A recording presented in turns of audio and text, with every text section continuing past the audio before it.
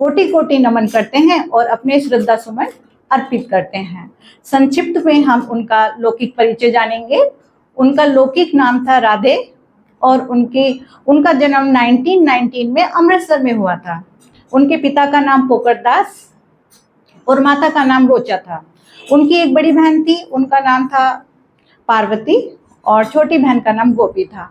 उनके पिता एक हीरे जवाहरात सोने चांदी के व्यापारी थे और साथ में उनका देसी घी का भी कार्य होता था। उनका जो बिजनेस था वो काफी दूर तक फैला हुआ था, सिलोन, मद्रास, मुंबई।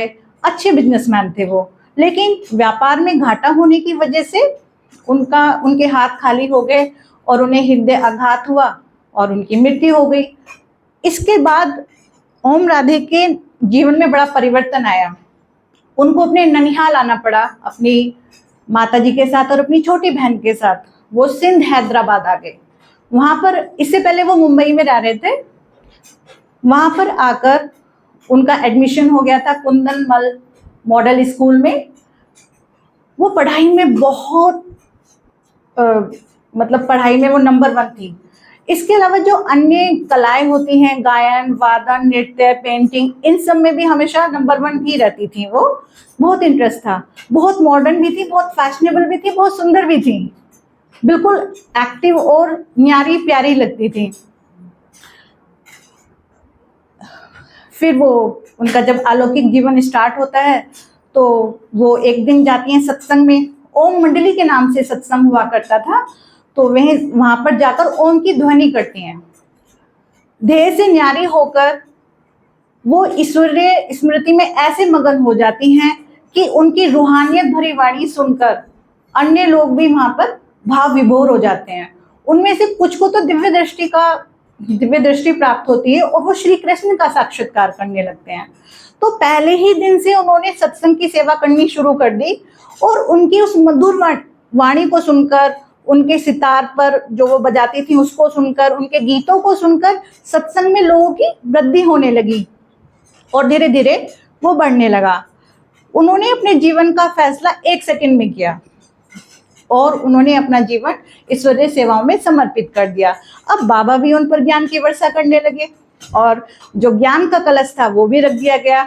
जब बाबा नगर से बाहर जाते थे तो वो उनके लिए ओम राधे के नाम से ही ज्ञान पत्र लिखते थे और वो उन पत्रों की व्याख्या इतनी मधुर वाणी में और इतने विस्तृत रूप में करती थी कि साधारण से साधारण व्यक्ति को भी वो सहजता से समझ में आ जाती थी।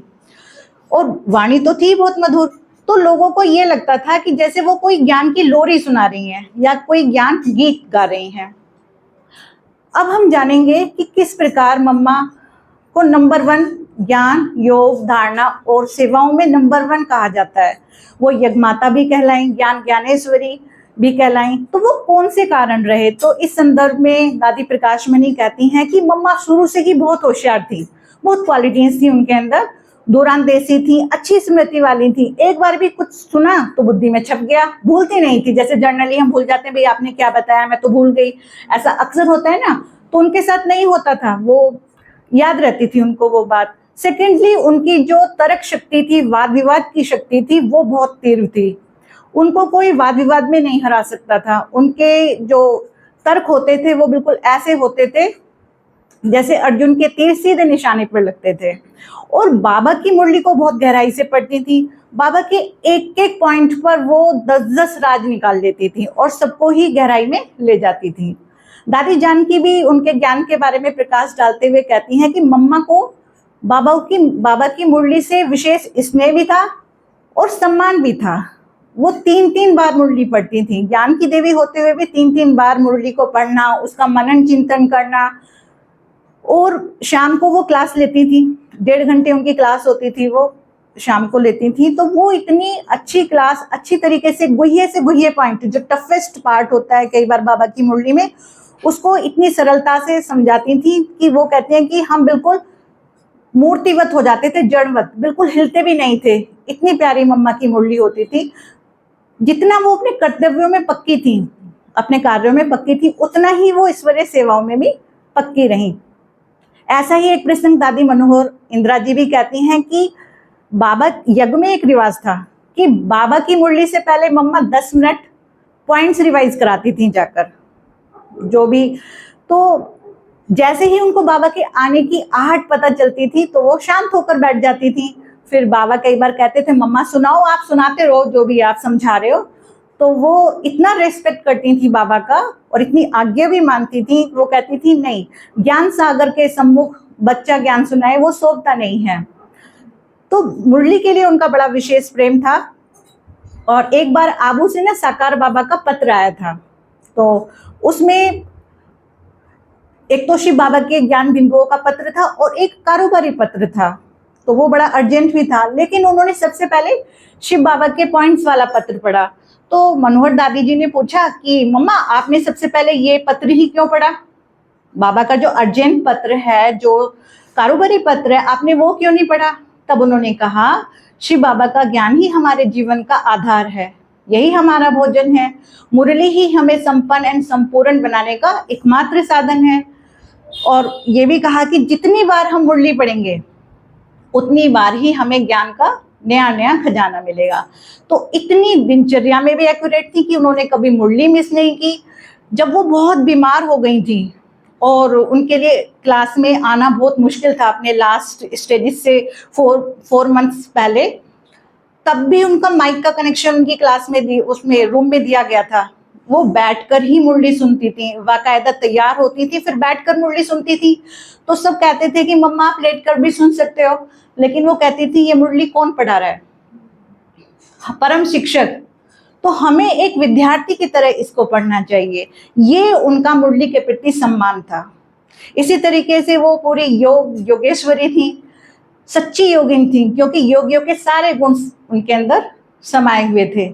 जैसे हम लोगों को पुरुषार्थ करना है तो एक प्रोग्राम के अकॉर्डिंगली करेंगे कि भी 3 से 4 करना है, 4 से 5 करना है, बट वो उनका जो पुरुषार्थ था वो बिल्कुल नेचुरल था। उनको एकांतवास बहुत प्रिय था। वो 2 बजे उठकर अमृत वेले करती थी। फिक्स नियम था उनका कि 2 बजे उठना है तो करना ही है अमृत वेले, चाहे वो रात को 11 बजे सोई हैं चाहे 12 बजे सोई हैं, लेकिन 2 बजे अमृत वेले करती थी, कभी मिस नहीं करती थी अमृत वेले। और बाबा के प्रति उनकी याद इतनी मीठी होती थी, इतनी स्नेह भरी होती थी कि उनकी आंखों में आंसू आ जाते थे। फिर 3:30 बजे वो तैयार होकर बाहर आती थी और फिर 4 से 5 वो सामूहिक योग भी कराती थी। तो सभी को उनका जो अव्यक्त फरिश्ता वाला रूप लगता था। तो मन मना भव और मध्याजी भव, जो ये महामंत्र हैं, इनको बड़े सहजता से उन्होंने धारण किए हुए था। जब वो इस धरा पर भी चलती थी तो ऐसा लगता था कि वो बिल्कुल न्यारी और प्यारी हैं और उनकी बुद्धि कहीं परम धाम में लटकी हुई है। वो चलती हुई दिख रही है, लेकिन उनका जो बुद्धि है वो कहीं और है और वो एक अतीन्द्रिय सुख का अनुभव कर रही हैं।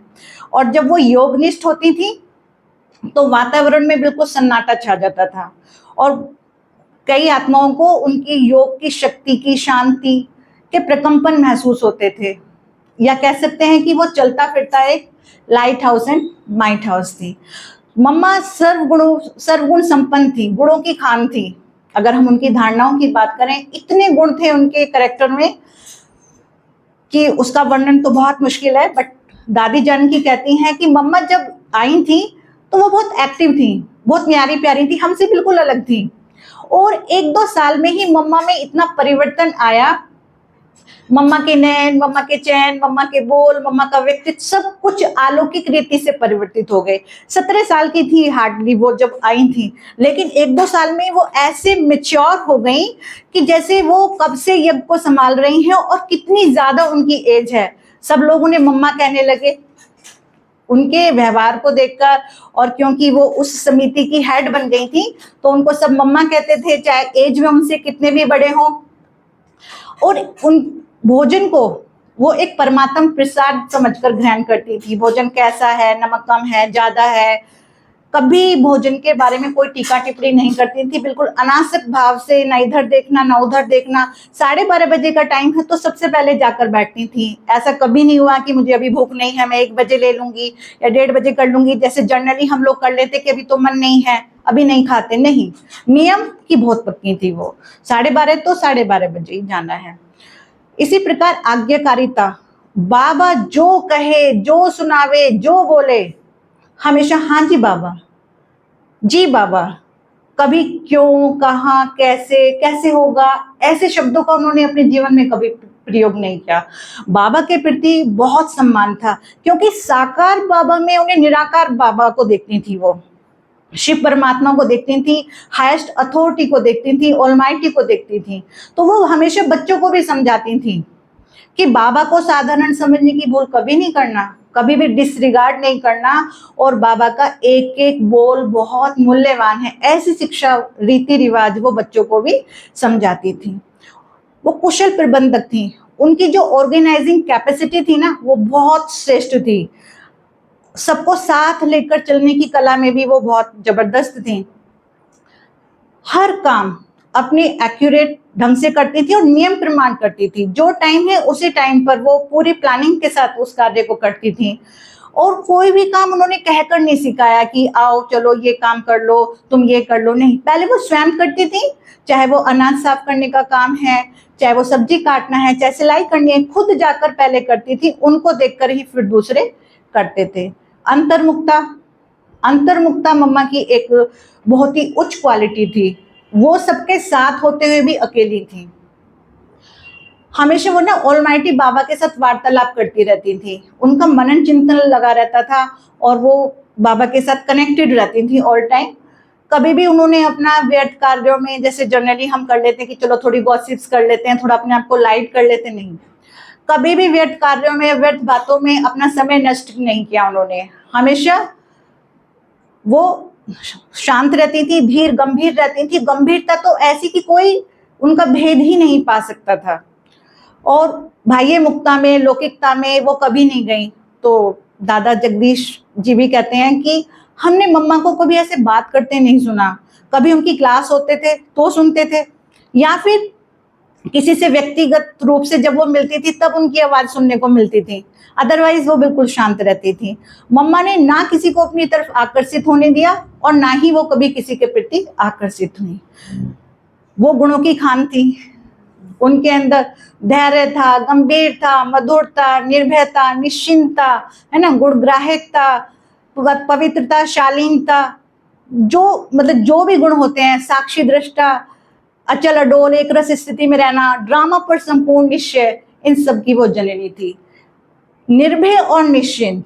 मम्मा बहुत निडर थी, जितनी निडर थी उतनी मधुर भी थी। जब आप समझिए, वो एक टाइम था जब पवित्रता की वजह से ना बहुत हंगामे और प्रदर्शन वगैरह होते थे, तो मम्मा ही विरोधियों से मिलकर, जगह जगह होते थे, मम्मा को पता चलता था, तो मम्मा ही विरोधियों से मिलकर उनको दृष्टि देके अपनी मधुर वाणी से, गर्भित वाणी से उनको शांत कर देती थी। यज्ञ से संबंधित भी जो कोर्ट कचहरी होते थे उनको भी वो स्वयं ही देखती थी, क्योंकि बोलने का ढंग बहुत अच्छा था। सामने वाले के तर्क बिल्कुल खत्म हो जाते थे उनके सामने। तो और निश्चिंत इतनी थी कि उन्हें ऑलमाइटी पर बहुत विश्वास था। वो ड्रामा पर उनका अटल निश्चय था कि जो होगा उसमें कल्याण समाया हुआ है। 5000 साल पहले भी ऐसे ही हुआ था, अभी भी ऐसे होगा। तो मतलब बहुत निर्भय थी। जब उनको उनकी अपनी बीमारी के बारे में पता चला ना, सभी को मालूम होगा उन्हें कैंसर हो गया था, तो उनकी ट्रीटमेंट वहां पर मुंबई में चल रही थी। तो डॉक्टर ने बताया कि भाई अब उनके पास कुछ ही महीने बाकी हैं, बहुत कम समय है। तो रमेश, जो भ्राता रमेश जी थे, उन्होंने एक पत्र लिखकर उन्हें दे दिया, जिसमें उसमें लिख दिया था कि मम्मा अब आपके पास बहुत कम समय। फिर भी उन्हें मृत्यु का कोई डर नहीं, उनके चेहरे पर किसी को कोई चिंता, भय नहीं दिखाई दी, जबकि सबसे ज्यादा डर मनुष्य को अपनी मृत्यु से होता है। लेकिन उन्होंने क्या कहा, ड्रामा की भाभी, जो होगा वो तो होगा ही, कल्याण समाया हुआ होगा। इस तरीके से गुणों की खान थी हमारी मम्मा, और प्रारंभ से लेकर अंत तक उन्होंने एक अथक सेवाधारी का पाठ निभाया। बहुत छोटी सी अवस्था में आ गई थी यज्ञ में, यज्ञ के सारे कार्य भी देखने लगी थी, बाबा की एब्सेंस में वो सारा कुछ संभालती थी। फिर जब यज्ञवत्सों की वृद्धि हो गई तो बाबा ने कराची में ना 4 अलग अलग बंगले ले लिए थे, सबके लिए अलग, बाबा का अलग, कुमारों का अलग, कन्याओं का अलग, माताओं का अलग। मम्मा रहती थी कन्याओं के साथ। तो 450 समर्पित भाई बहन रहते थे वहां पर कराची में। उनकी पूरी दिनचर्या, अमृत वेले से लेकर रात्रि तक की सारी दिनचर्या मम्मा के निर्देश में ही होती थी। उनके रहने की व्यवस्था, भोजन की इत्यादि जो भी उनकी जरूरतें थी, सारी मम्मा ही देखती थी।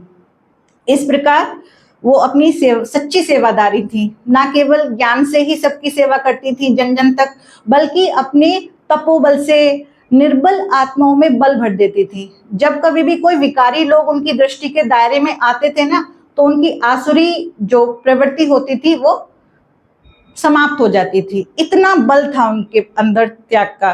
तो दादी निर्मला शांता जी, आप जानते ही होंगे कौन है निर्मला शांता जी, बाबा की, ब्रह्मा बाबा की बेटी। वो बताती हैं कि मम्मा मुरली भी चलाती थी और साथ में यज्ञ से संबंधित जो भी कार्य है, करना, कराना, संभालना, सब मम्मा ही देखती थी।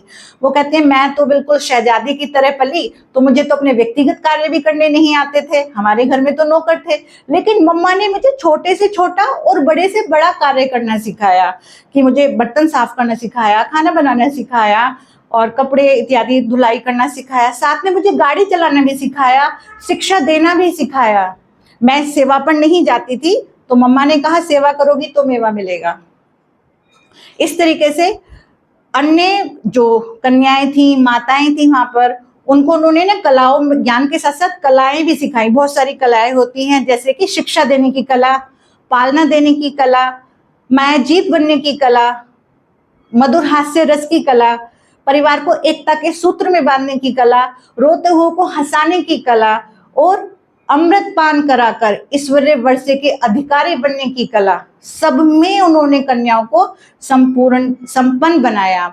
साथ में ही जो बाबा की मुरलियां होती थी, जो अब जिस फॉर्म में हम देख रहे हैं, इतनी रिफाइंड फॉर्म में नहीं होती थी, उसमें मम्मा ने बहुत मेहनत की थी। बाबा की पॉइंट्स, उसको थोड़ा सहज तरीके से और उसको रिफाइंड फॉर्म में उनके पॉइंट्स निकाल कर, क्योंकि बाबा तो ज्ञान के सागर थे, कभी इधर ऊपर पहुंच गए, कभी इस तरफ पहुंच गए, तो उनको एक रिफाइन करके सबके सामने उन्होंने प्रेजेंट किया, और जिससे कि फिर बहुत सेवाएं हुई। सिंधी में भी कुछ कॉपियां बनवाई। मम्मा ने सभी वत्सों को आध्यात्मिक ईश्वरीय मर्यादाओं में रहना सिखाया, कि किस तरीके से वैरायटी ऑफ फ्लावर्स उनके अंडर थे इतने सारे, कि सबके अलग अलग स्वभाव संस्कार होते हैं, तो उन्होंने एक परिवार की तरह उन्हें जोड़कर, जिस तरीके से एक माँ अपने बच्चे की हर जरूरत का ध्यान रखती है, उसी तरीके से उनका आध्यात्मिक प्रगति पर भी ध्यान दिया, शारीरिक, मानसिक, पारिवारिक, पूरी उनकी सेवा की। और एक ऐसा ही एग्जाम्पल दादी हृदय पुष्पा जी बताती हैं कि जब वो कराची में थी तो बहुत बीमार हो गई थी, उनके पेट में दर्द हो गया था, तो लूज मोशंस वगैरह होने लग गए थे, तो वो ऐसे बेहोश होके गिर गई। जब बाबा के पास ये समाचार पहुंचा तो उन्होंने दृष्टि दी उनको और मम्मा को बुलाया कि मम्मा अब इस बच्चे की देखभाल आपको करनी है। तो पूरे 7 डेज का प्रोग्राम उनको बनाकर दे दिया था कि आपको 2 दिन बच्चे को ये मतलब 3 चम्मच पानी हर घंटे देना है, और उसके 2 दिन बाद आपने 3 चम्मच पानी और 3 चम्मच दूध देना है हर घंटे, और उसके 5वें दिन आपने, मतलब जब टोटल 5 डेज 5वां दिन लगेगा, तो 5वें दिन आपने 2-2 चम्मच खिचड़ी देनी है। मम्मा ने कहा जी बाबा, और उनकी देखभाल में लग गई। उसके बाद वो 7 डेज में ठीक हो गई, रिकवर हो गई, तब भी मम्मा उन्हें अपने हाथ से खिला रही हैं। तो वो खुद कह रही हैं मम्मा अब तो मैं ठीक हो गई हूँ, तो मैं अपने हाथ से खा सकती हूँ। तो उन्होंने कहा नहीं, ये बाबा की डायरेक्शन है, जब तक बाबा नहीं कहेंगे आपको मेरे हाथ से ही खाना होगा। उसके बाद हाँ जी, उसके बाद उन्होंने उनसे कहा कि आप रात को मेरे कमरे में आना 10 बजे। तो गई दादी हृदय में वहां पर पुष्पा जी, मम्मा ने उन्हें अपने सामने बैठाया, संदली पर खुद बैठी, उनको दृष्टि दी। 10 से लेकर 4 बजे तक उनके अंदर, उनको ऐसा लगा कि मेरे अंदर मम्मा ने जैसे अपनी सारी दिव्य शक्तियां भर दी हैं। तो आप सोचिए कि कितनी विनम्र सेवाधारी बनकर उन्होंने उनका उपचार किया, मतलब अपनी नींद का भी त्याग किया, हर घंटे यथासंभव बिल्कुल एक्यूरेटली टाइम से उनको वो सब कुछ देना जो बाबा ने उन्हें डायरेक्शन दी थी। तो इतनी आज्ञाकारिता थी उनके अंदर। वो आपने वो एक एग्जाम्पल भी सुना होगा कि लास्ट मोमेंट पे बाबा ने कहा कि एक पार्टी आई हुई है और आप हलवा तैयार कर दीजिए। सबको पता था कि it is too late now, but मम्मा ने, क्योंकि बाबा ने बोला है, तो मम्मा बिल्कुल एक्यूरेट बनाना उन्होंने शुरू कर दिया, विदाउट ये संकल्प कि हलवा तो बन नहीं पाएगा, बाबा क्यों कह रहे हैं। हम तो सोचने लगते हैं ना इस बात को कि समय तो है नहीं है, बाबा को क्या हो गया, बाबा ऐसे क्यों बोल रहे हैं। नो, बिल्कुल बिना कोई जिंचक मात्र में संशय नहीं आया कि बाबा ने अगर बोला है तो इट मीन्स जाना ही है हलवा। उनको बार बार वो बोल भी नहीं थी मोहिनी जो दीदी थी वो बोल भी रही थी, मम्मा पार्टी तो निकल गई, पार्टी तो चली गई, अब वो बस में भी बैठ गए, बस भी चली गई मम्मा। लेकिन वो बनाती रही और एट लास्ट उन्होंने बाबा को ले जाके दिया। तो बाबा ने एक भाई की मदद से वो पहुंचा भी दिया, क्योंकि उन्हें बाबा पर इतना निश्चय था कि बाबा ने बोला है तो सोचकर ही बोला है, उसके पीछे एक मतलब है, एक आशय है। और अपने जब उनका अंतिम श्वास तक उन्होंने ईश्वरीय सेवा की। आज ही के दिन जब उनको उनकी मतलब आत्मा से उनके शरीर का विछोह होना था, तो बाबा ने उनको फिर डायरेक्शन दी कि मम्मा आज अंगूर की पहली फसल निकली है, तो आप सभी वत्सों को अपने हाथों से सौगात के रूप में अंगूर दो। अब उस समय वो कैंसर की पेशेंट की आप कल्पना कर सकते हैं कि लास्ट स्टेज कितनी टफ होती है, कि वो सांस लेना भी उनके लिए मुश्किल था। लेकिन बाबा की डायरेक्शन थी कि कम से कम 150 से 250 भाई बहनों को तुम्हें अंगूर देने हैं। तो अपने पूरे जो पेन था उसको कंट्रोल करते हुए, बिल्कुल फेस पर कोई व्याकुलता नहीं कि मैं बिल्कुल अपने लास्ट स्टेज पे चल रही हूँ, किसी भी टाइम में चली जाऊंगी, उन्होंने सारे यज्ञवत्सों के साथ नेत्र मिलन किया, अपने स्नेह से और मौन भाषा में उनसे विदाई ली और सबको अंगूर और सेब सौगात के रूप में दिए। और आखिर वो क्षण भी आया कि जब वो अदृश्य सेना की जो नायिका थी वो इस शरीर को छोड़कर चली गई। साकार में भी उन्होंने इतनी ईश्वरीय सेवा की और अव्यक्त होकर भी वो मनुष्य आत्माओं की बुद्धि को प्रेरित करके आज भी सेवा करा रही हैं अव्यक्त होकर।